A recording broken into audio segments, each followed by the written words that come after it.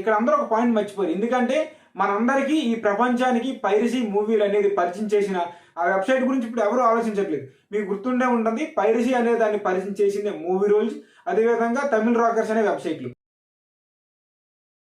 Hi friends, cinema ప్రపంచాన్ని వణికించిన ఏదైనా piracy website ఉందా అంటే అది ఐబొమ్మ అని చెప్పుకోవచ్చు.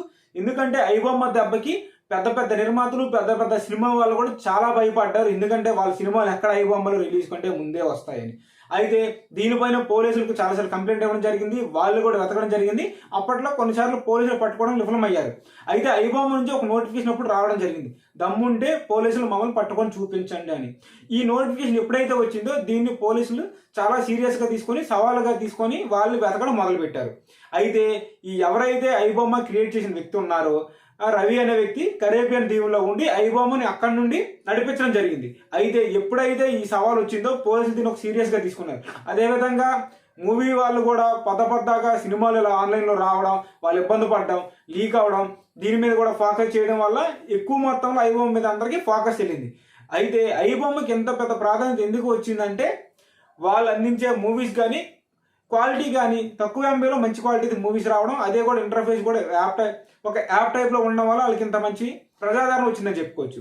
అయితే మనం ఇంకో విషయం గమనించినట్టయితే ఇక్కడ అందరూ ఒక పాయింట్ మర్చిపోయారు. ఎందుకంటే మనందరికీ ఈ ప్రపంచానికి పైరసీ మూవీలు అనేది పరిచయం చేసిన వెబ్సైట్ని మాత్రం ఇప్పుడు అందరూ ఆ వెబ్సైట్ మర్చిపోయారు. ఆ వెబ్సైట్ గురించి ఇప్పుడు ఎవరు ఆలోచించట్లేదు. మీకు గుర్తుండే ఉంటుంది, పైరసీ అనే దాన్ని పరిచయం చేసింది మూవీ రూల్స్, అదేవిధంగా తమిళ్ రాకర్స్ అనే వెబ్సైట్లు.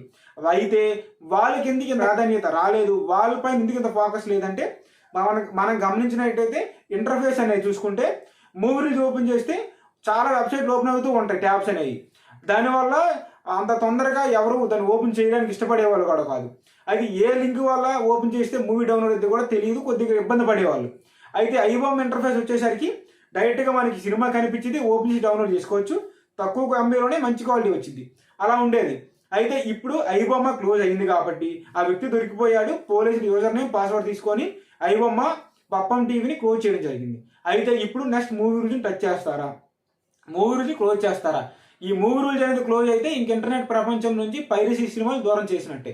ఎందుకంటే మనం గమనించినట్టయితే మూవీ రూల్స్లో కూడా కొత్త సినిమా రిలీజ్ అయినా 3 to 4 అవర్స్లోనే మూవీని పెట్టడం జరుగుతుంది. మరి అయితే ఇప్పుడు ఈ వెబ్సైట్ని కూడా పోలీసులు దీని మీద కూడా ఫోకస్ చేస్తారా, దీని మీద కూడా క్లోజ్ చేస్తారా అనే దాని మీద కూడా ఇప్పుడు పాయింట్ అదే ఒక డిస్కషన్ నడుస్తుంది. ఎందుకంటే ఆల్మోస్ట్ ఐబొమ్మ క్లోజ్ అయిందంటే నెక్స్ట్ టార్గెట్ మనకి మూవీ రూల్సే. ఇది కూడా ఒక పెద్ద వెబ్సైట్ అని చెప్పుకోవచ్చు. అయితే దీని మీద మీ అభిప్రాయాన్ని కామెంట్ చేయండి. అయితే ఈ రెండింటిని క్లోజ్ చేయడం వల్ల సినిమా వాళ్ళకి లాభం ఉందా, నష్టం ఉందా అన్నది కామెంట్ చేయండి. అయితే దీనిపైన రాజమౌళి గారు ఒక రియాక్ట్ అవ్వడం జరిగింది, ఒక పాయింట్ చెప్పడం జరిగింది. మీరు ఫ్రీ సినిమాలు చూస్తున్నారంటే ఇండైరెక్ట్గా చెప్పాలంటే దొంగతనం చేస్తున్నట్టు అని. అంతేకాకుండా మీ యొక్క వ్యక్తిగత సమాచారాన్ని ఆ వెబ్సైట్లో పెట్టడం వల్ల మీ ప్రాణాలు కూడా హాని కలుగుతుంది. మీ ప్రాణాలతో మీరు చెలగాటం ఆడొద్దు. మీ దగ్గర డబ్బులుంటే సినిమాలు చూడండి. అంతేకాకుండా ఇలా ఎవరికి పడితే వాళ్ళకి మీ యొక్క డేటాని ఇచ్చి మీరు వ్యక్తిగతంగా మీ ప్రాణాన్ని నష్టపోవద్దని కూడా చెప్పడం జరిగింది. మీ కామెంట్ని, మీ అభిప్రాయాన్ని తెలియజేయండి. అదేవిధంగా వీడియో నచ్చితే తప్పకుండా లైక్ చేయండి. ఇలాంటి మరెన్నో ఇంట్రెస్టింగ్ వీడియోస్ తప్పకుండా ప్రతిరోజు మన ఛానల్లో మీరు చూడాలంటే తప్పకుండా సబ్స్క్రైబ్ చేసుకోండి. ఈ వీడియో నచ్చితే తప్పకుండా షేర్ చేయండి.